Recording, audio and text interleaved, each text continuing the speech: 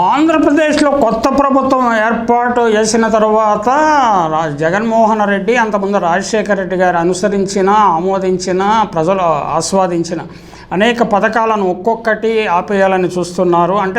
అంటే వారి పేర్లను తుడిచేయాలనే ఉద్దేశం ఒకటి ఏంటంటే ఆర్థికంగా వీటిని కంటిన్యూ చేయటము సాధ్యం కాదని వాళ్ళు అనుకోవటం ఒకటి, చిత్తశుద్ధి లేకపోవటం మరొకటి.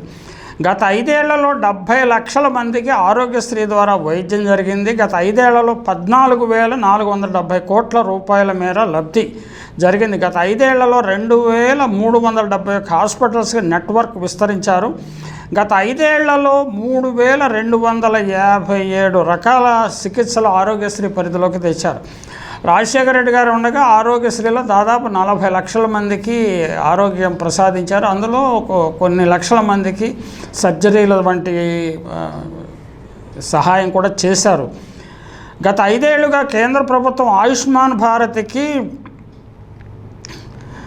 వైద్యం కేటాయించిన బడ్జెట్ 7,000 కోట్లు. గత 5 ఏళ్లుగా ఆంధ్రప్రదేశ్ ఆరోగ్యశ్రీ బడ్జెట్ 3,000 కోట్లు.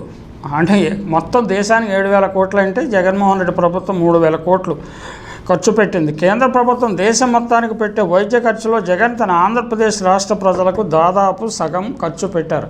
ఇప్పుడు తాజాగా కేంద్ర మంత్రి పెమ్మసాని ఆరోగ్యశ్రీని ఆపేస్తాము, మీరు ఆయుష్మాన్ భారత్ బిల్లులు చెల్లించట్లేదు, ఆయుష్మాన్ భారత్కి మారిపోండి, కవరేజ్ 5 లక్షల వరకు ఉంటుంది, 25 లక్షల కవరేజ్ ఆరోగ్యశ్రీకి ఉంటే వీళ్ళు 5 లక్షల కవరేజ్ ఉంటుందని చెప్తున్నారు. ఆయన అంటే రియలిస్టిక్గా ఉండవచ్చు, కానీ ప్రజలకు తీవ్రమైన నష్టం జరుగుతుంది. అందుకని ఆరోగ్యశ్రీ ఆపేసి ఆయుష్మాన్ భారత్కి వెళ్ళటానికి తెలంగాణ ముఖ్యమంత్రి కేసీఆర్ కూడా గట్టిగా వ్యతిరేకించారు. జగన్మోహన్ రెడ్డి ఆరోగ్యశ్రీనే కంటిన్యూ చేశారు. కాబట్టి ఇప్పుడు కొత్తగా ఆయుష్మాన్ భారత్ పెట్టడానికి చంద్రబాబు ప్రభుత్వం ప్రోత్సహించడం వెనక పెద్ద వ్యూహం ఉందని భావించవచ్చు. ఈ లోపుగానే వీళ్ళు కూడా private hospital AP speciality hospitals association కూడా తమకు పెండింగ్ బిల్లులు చాలా ఉన్నాయని, అందువల్ల ఆరోగ్యశ్రీ ఆపేస్తామని కూడా చెప్తా ఉన్నారు. ఆగస్టు 15లోగా 1,600 కోట్ల పెండింగ్ బిల్లులు చెల్లించకుండా సేవలు నిలిపేస్తామని ప్రభుత్వానికి ఏపీ స్పెషాలిటీ హాస్పిటల్స్ అసోసియేషన్ లేఖ రాసింది. ఆరోగ్యశ్రీ బిల్లులు చెల్లించకుండా 2019లో చంద్రబాబు సర్కారు దిగిపోతూ పెట్టిన 700 కోట్లను జగన్ ప్రభుత్వం చెల్లించింది. ఇప్పుడు 1,600 కోట్లను చంద్రబాబు నాయుడు ప్రభుత్వం చెల్లించాలి నైతికంగా. కానీ అలా చెల్లిస్తుందా, ఆసుపత్రులను నానా అగచాట్లు పెడుతుందా మనం చూడాలి. ఇక తెలంగాణలో అయితే ఆరోగ్యశ్రీ చాలా కాలం క్రితమే పడకేసేసింది, దానికి ఆరోగ్యం తప్పిపోయింది. ఆంధ్రప్రదేశ్లో పంటి బిగిన నడిపిస్తూ వస్తున్నారు. 25 లక్షల వరకు ఉచిత వైద్యానికి భరోసానిచ్చి ఆరోగ్యశ్రీకి పొగబెట్టి 5 లక్షల వరకే పరిమితమై కేంద్ర పథకం దయాదాక్షిణ్యాలకు ప్రజల ఆరోగ్యాన్ని వదిలేసినట్టు మనం భావించాల్సి ఉంటుంది. జగన్ పాలన ఆరోగ్యశ్రీ ద్వారా 5 ఏళ్లలో 45.10 లక్షల మందికి ఉచితంగా చికిత్సలు అందించి పథకానికి 13,000 కోట్లకు పైగా వెచ్చించారు. శస్త్రచికిత్సలు జరిగిన 24.59 లక్షల మందికి కోలుకునే సమయంలో జీవన భృతికి ఇబ్బంది లేకుండా వైఎస్ఆర్ ఆరోగ్య ఆసరా కింద మరో 1,465 కోట్లకు పైగా సహాయం అందించారు.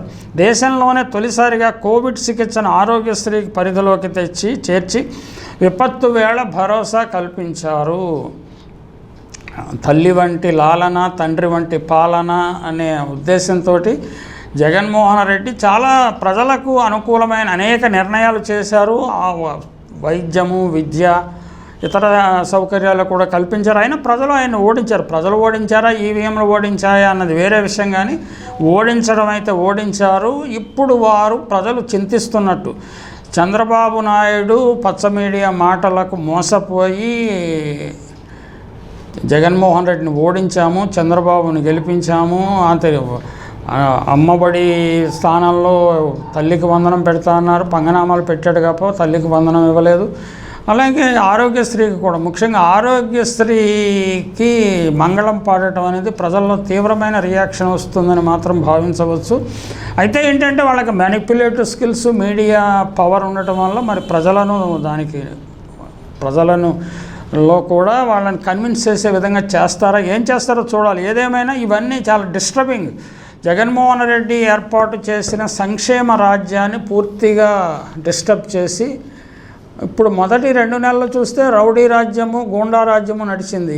రానున్న కాలంలో అయినా ఈ సంక్షేమాన్ని గురించి, లేకపోతే సరైన ప్రజాపాలన గురించి, శాంతి భద్రతల గురించి కూటమి ప్రభుత్వం నిర్ణయాలు తీసుకుంటుందని భావిద్దాము. చంద్రబాబు నాయుడు చాలా సీనియారిటీ ఉన్న నాయకుడు. ఎందుకంటే షాక్ ట్రీట్మెంట్ లాగా ఇచ్చి ప్రజలను ఒక కుదిపి జగన్మోహన్ రెడ్డిని మర్చిపోయేలా చేసి తర్వాత తాను ఏదైనా సుపరిపాలన మొదలు పెట్టాలన్న ఆలోచన, లేకపోతే క్రమక్రమంగా తన కుమారుడికి అధికార పగ్గాలు అప్పగించాలన్న ఆలోచన మనకు తెలియదు. కానీ ఇప్పటి వరకు ఉన్న సంకేతాలు చూస్తుంటే, అంటే కాపురం చేసే తీరు కాళ్ళు కడుక్కునేటప్పుడే అర్థమైపోయింది అన్నట్టుగా ఇప్పుడు వరకు వచ్చిన సంకేతాలు ఏవి కూడా చంద్రబాబు ప్రభుత్వానికి కానీ కూటమి ప్రభుత్వానికి కానీ సానుకూలంగా లేవు. ప్రతి విషయంలోనూ ఆయన వెనుకంజ వేస్తున్నాడు. వెనుకంజ వేయటమే కాకుండా అబద్ధాలు ప్రచారం చేస్తున్నాడు. ఇది ప్రజలు కొంతకాలం నమ్మినా ఎల్లకాలం నమ్మరనే విషయాన్ని చంద్రబాబుకు తెలియంది కాదు, ఖచ్చితంగా ఇంకా బలంగా తెలుసుకుంటాడు.